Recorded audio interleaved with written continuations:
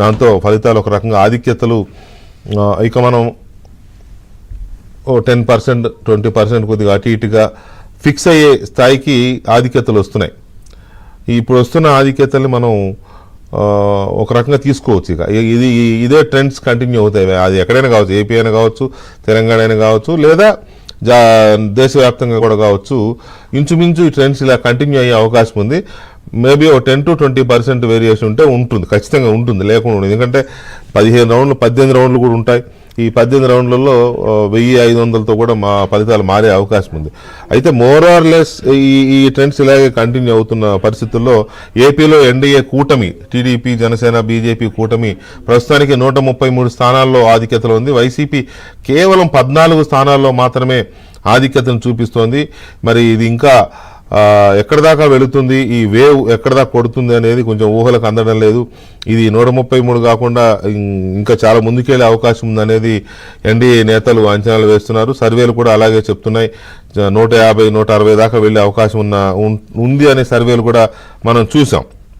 ఇది ఒక అంశం. అయితే తెలంగాణలో పార్లమెంటు స్థానాలకు వచ్చేసరికి కాంగ్రెస్ పార్టీ, బీజేపీ నువ్వా నేనా అని ఒక పోటాపోటీ చూపిస్తున్నాయి. కాంగ్రెస్ పార్టీ ప్రస్తుతం 8 స్థానాల్లో ఆధిక్యతలో ఉంటే బీజేపీ 7 స్థానాల్లో ఆధిక్యతలో ఉంది. బీఆర్ఎస్ 1 స్థానంలో ఆధిక్యతలో ఉంది. అది కూడా టఫ్ ఫైట్లో కొద్దిగా ఆధిక్యతతో ముందుకెళ్తుంది.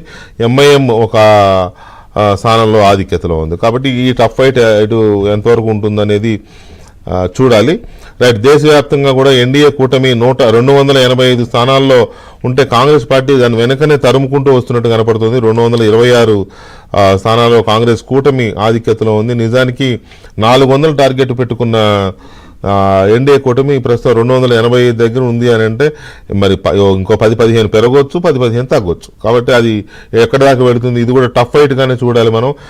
సో వీటి మీద ఒకసారి ఆంధ్రప్రదేశ్కి సంబంధించిన పూర్తి అప్డేట్స్, అలాగే తెలంగాణకు సంబంధించిన అప్డేట్స్ కూడా ఒకసారి మా input incharge Srihari at a glance report ఇస్తారు.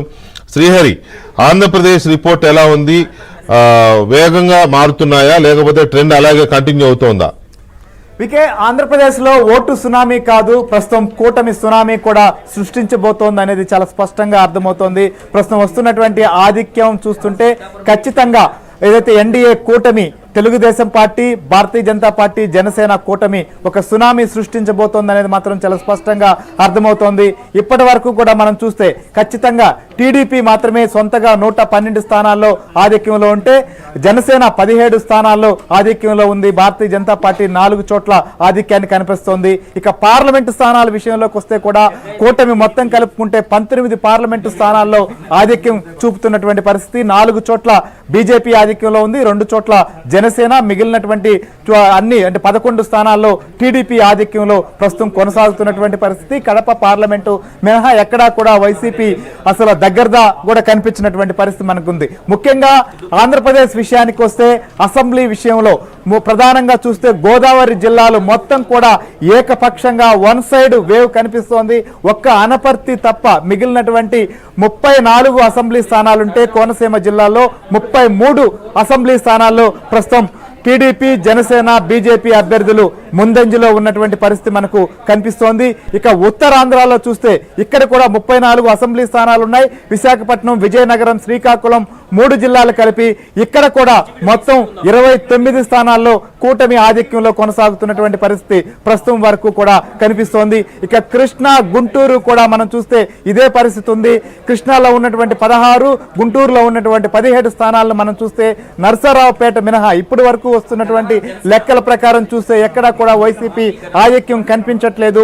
ఇక ప్రకాశం, నెల్లూరు జిల్లాల్లో కలిపి 22 స్థానాలు అసెంబ్లీ స్థానాలు ఉన్నాయి. ఇక్కడ మెజార్టీ స్థానాల్లో కూడా ఎన్డీఏ సంబంధించిన కూటమి అభ్యర్థులు ముందంజలో ఉన్నారు. నెల్లూరు జిల్లా క్లీన్ స్వీప్ అయింది గత ఎన్నికల్లో.